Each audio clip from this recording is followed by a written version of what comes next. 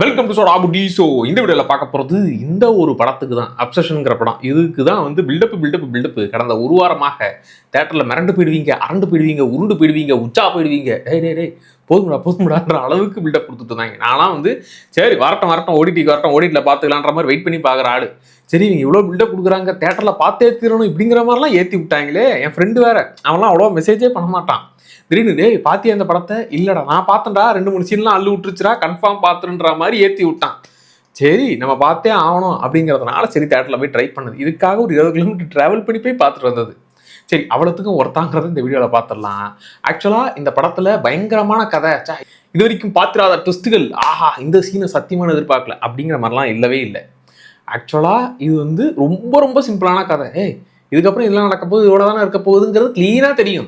அதை மீறியும் இந்த படம் ஏன் இவ்வளோ ஒர்க் ஆச்சு அப்படின்னாக்க, ஒன்று இந்த ஹாரர் ஏரியாவில் இந்த பயமுறுத்துற விஷயங்கள்லாம் தேட்டரில் பயங்கரமாக ஒர்க் ஆகும். தனியாக வீட்டில் நைட்டு போட்டு விட்டாலே ஒரு மாதிரி நமக்கு லைட்டாக ஜர்க் ஆகும்.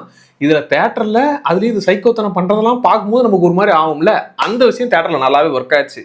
அதுவும் இது வந்து இவ்வளோ பில்டப் கொடுக்கறதுனாலேயே கூட்டமாக பார்க்குறாங்களா, ஸோ கூட்டமாக அந்த ஒரு வைப்பில் அப்படியே நமக்கு ஒரு டென்ஷனை ஏற்றி விட்றானுங்க. அதெல்லாம் நல்லா இருந்துச்சு. ஆக்சுவலாக இந்த படத்தோட கதை என்ன அப்படின்னாக்க, ஹீரோவுக்கு வந்து எப்படியாச்சும் இவளை லவ் பண்ண வச்சிடணும், அவளுக்கு இவளை ரொம்ப பிடிச்சிருக்குது, அவளுக்கு அதே அளவுக்கு பிடிக்கணும்னு ஆசைப்படுறாரு. அப்போதான் அவர் ஆசையை நிறைவேற்றுற மாதிரி ஒரு விஷயம், சரி நம்ம ஆசையை சொல்லி பார்ப்போம்னு ஒன்று சொல்லவும், அதுக்கப்புறம் அது ஆசையா சார், அந்த ஆசை எவ்வளவு சைக்கோத்தனமாக ஆகுதுங்கிறது தான். இவர் ஆசைப்பட்ட மாதிரி அந்த புள்ளெல்லாம் லவ் பண்ணுது, ஆனால் அதை லவ் மட்டுமா பண்ணுது, லவ்வை எந்த அளவுக்கு பண்ணுதுங்கிறது தான் இந்த ஒட்டுமொத்த படமே. இப்போ வழக்கமான பேய் படங்கள்னா ஒரு டெம்ப்ளேட் இருக்கும், அது வேற மதத்து பேயா இருந்தாலும் நமக்கு பிரச்சனை இல்லை. அது காஞ்சூரிங்காக இருந்தாலும் காஞ்சனாவாக இருந்தாலும் இந்த பேய்க்குன்னு ஒரு டெம்ப்ளேட் இருக்குல்ல, இவ்வளோதான் பேய்கள் பண்ணணும்னு. அந்த ஏரியாவே இது கிடையாது. இதில் அந்த பொண்ணு போக போக என்னதாண்டா பண்ணுது, அது எந்த அளவுக்கு சைக்கோத்தனமாக பண்ணுதுங்கிறது தான் படமே. ஆக்சுவலாக இந்த பொண்ணு தான் அதோடைய பர்ஃபார்மன்ஸ் தான் இந்த ஒட்டுமொத்த படமே. அதுதான் சொல்கிறேனே, நீங்கள் நடிக்க விட்டீங்கன்னா அதை பார்த்தீங்களா, நடிக்க விட்டீங்கன்னா அது எந்த அளவுக்கு அதை நடித்து தள்ளுது. அதை விட்டுப்பட்டு நீங்கள் ஹீரோயினால இதெல்லாமே காட்டணும் இப்படிங்கிற ஏரியாக்குள்ள கூட்டு போயிட்டு டெம்ப்ளேட்டாக ஒதுக்கி வச்சுருக்கீங்க. அவங்களுக்கு கேரக்டரே எழுதுறது இல்லை, அவங்கள நடிக்க மட்டும் விட்டீங்கன்னா நடிச்சு தள்ளுவாங்க. அதை விட்டுவிட்டு இதை மட்டும் காட்டினா போதும்னு நீங்கள் ஒதுக்கி வைக்கிறீங்க. இந்த ஹீரோயினுடைய பர்ஃபார்மன்ஸ் உண்மையாகவே மிரட்டு இருந்துச்சு. ஆனால் அதுக்குன்னு புதுசாக இது வரைக்கும் பார்க்காத வெர்ஷன்லாம் கிடையாது. நம்ம தமிழ் சினிமாவில் பார்த்தது தான். வல்லவன் ரீமாசனு அது ஒரு 1/2 டீஸ்பூனு, அப்புறம் கங்கா டு சந்திரமுகி அந்த டிரான்ஸ்ஃபார்மேஷன் ஒரு 1/4 teaspoon, Anniyan to Ambi, அன்பி to Anniyan இந்த ஒரு டிரான்ஸ்ஃபார்மேஷன் ஒரு 1/2 டீஸ்பூன், இதெல்லாம் கலந்து செஞ்ச வெர்ஷன் தான் இந்த பொண்ணு. அது கொஞ்சம் கொஞ்சமாக இவனை ஒரு வழி பண்ணும்.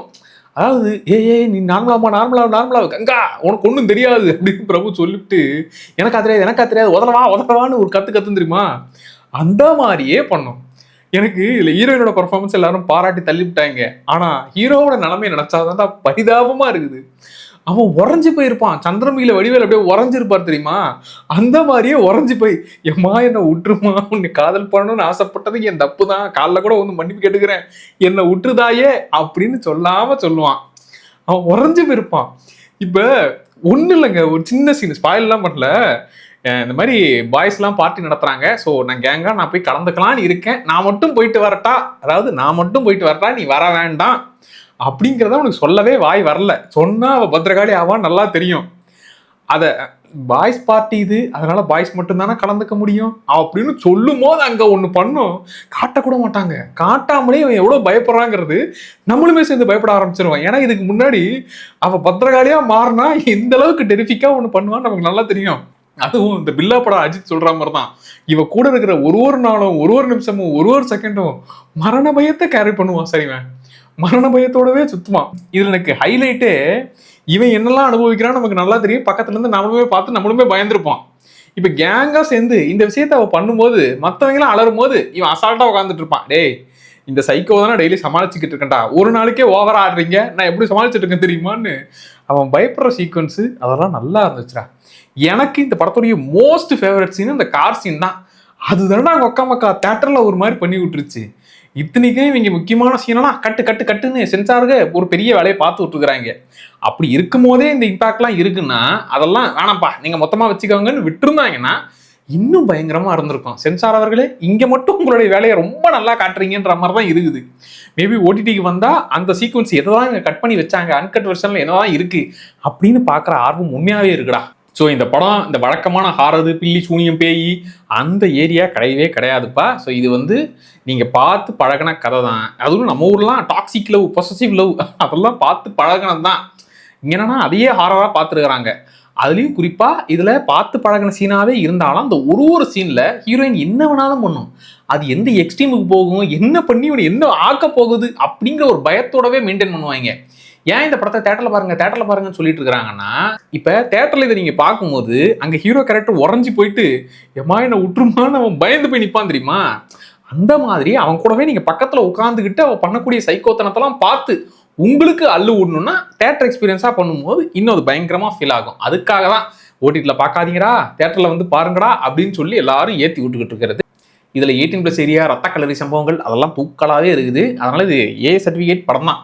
அதனால் அவங்க மட்டுமே போவது நல்லது. சின்ன பசங்கள்லாம் தேவையே இல்லை இந்த படத்துக்குலாம் அவங்களை கூப்பிட்டு போயிட்டு என்ன பண்ண போறீங்க. அண்ட் இன்னொரு முக்கியமான விஷயம், இந்த டேரக்டர் அதுக்குள்ளவே அடுத்து 2 படத்துக்கு கிட்டத்தட்ட முடிச்சு விட்டாரு. ஒன்று A24 ஒரு படம்னாலே அவங்க ப்ரொடக்ஷனோட ஒரு படம்னா அவ்வளோதான், அது வந்து சாலிடாக இருக்கும். அது ஒன்று பண்ணுறாரு. அடுத்து ஒரு காமெடியான, அதாவது நாங்கள் பேய் ஓட்டுறாங்க அப்படின்னு இந்த பிளான் பண்ணி பண்ணுற அந்த 2 பேர் ரியலான பேய் சந்திக்கும் போதுங்கிற மாதிரி அந்த ஒரு கதையுமே அடுத்து ஒரு படமாக பண்ணிட்டாரு. ஸோ அடுத்து ஒரு 2 படம் இவர் ஆல்ரெடி முடிச்சிட்டாரு. இவரோட கதையெல்லாம் கேட்டால் பயங்கர இன்ஸ்பைரிங்காக இருக்குது. இவரும் ஒரு யூடியூபர், ஸ்கெட்ச் வீடியோஸ்லாம் போட்டுக்கிட்டு இருந்து அதுக்கப்புறம் இந்த மாதிரி ஒரு படத்தை பண்ணியிருக்கிறாரு. இந்த படத்தோட பட்ஜெட் என்னன்னு கேட்டீங்கன்னா 7 கோடி, 1 மில்லியனுக்கும் கம்மியா. ஆனா வசூல் பாத்தீங்கன்னா 150 மில்லியன், கிட்டத்தட்ட 1000 கோடிக்கு மேல. 150 மடங்கு லாபத்தை கொடுத்துருச்சு. தூக்கி வாரி போடுது. அதாவது ஹாரருக்கு ஃபேன்ஸ் இருக்கிறாங்க, அதை கொண்டாடி தீர்த்துருவாங்க, அது டவுட்டே இல்லை. மினிமம் கேரண்டி ஹாரர் தான். ஆனா இது பயங்கரமான 150 மடங்கு லாபத்தை கொடுத்துருக்குது. அத்தனைக்கும் டிசர்வ்டான ஆளு. அது இல்லாம எப்பா இதோடைய சக்சஸை பார்த்துட்டு அதுக்கப்புறம் நான் எடுக்கலாமா வேணாம், நான் அடுத்து 2 முடிச்சு விட்டேன்ப்பான்ற மாதிரி அந்த மனுஷன் தெளிவா அடுத்தடுத்து இதெல்லாம் பண்ண போறேன்ற மாதிரி அந்த மைண்ட் செட்டோட போய்விட்டாரு. இவரோட கதையே ஒரு மாதிரி பயங்கர இன்ஸ்பைரிங்கா, எனக்கு இதுதான் வருது, இதைத்தான் நான் பண்ண போறேன்ற மாதிரி தெளிவா அந்த விஷயத்துல அப்ரோச் பண்ணி அதில் அடிச்சு நவுத்திருக்கிற அப்படி. ஸோ தாராளமாக இந்த படத்தை நீங்கள் தேட்டரில் எக்ஸ்பீரியன்ஸ் பண்ணுங்கள். இதில் எப்போ அவனுக்குன்னா நெகட்டிவ்ஸே எதுவுமே தெரியலன்னா ஃபஸ்ட்டு ஸ்டார்டிங் பிக்கப் ஆகலாம், டைம் ஆச்சு. சில விஷயங்கள் இதுதான் அப்படிங்கிறத நம்ம கெஸ் பண்ணுறோம். இது வந்து அடுத்தடுத்து கெஸ் பண்ணக்கூடிய எதிர்பார்க்காத ட்விஸ்ட் இருக்கக்கூடிய அந்த ஏரியாவே கிடையாது. சிம்பிளான கதையை எந்த அளவுக்கு எஃபெக்டிவாக ப்ரெசென்ட் பண்ணியிருக்கிறாங்க அப்படிங்கிறது தான் இந்த படத்துடைய பெரிய சக்ஸஸ். அது அந்த ஒரு சீனோட கனெக்ட் ஆகிடுவீங்களா? ஆமாம், கனெக்ட் ஆகிடுவீங்க, அதை என்ஜாய் பண்ணுவீங்க.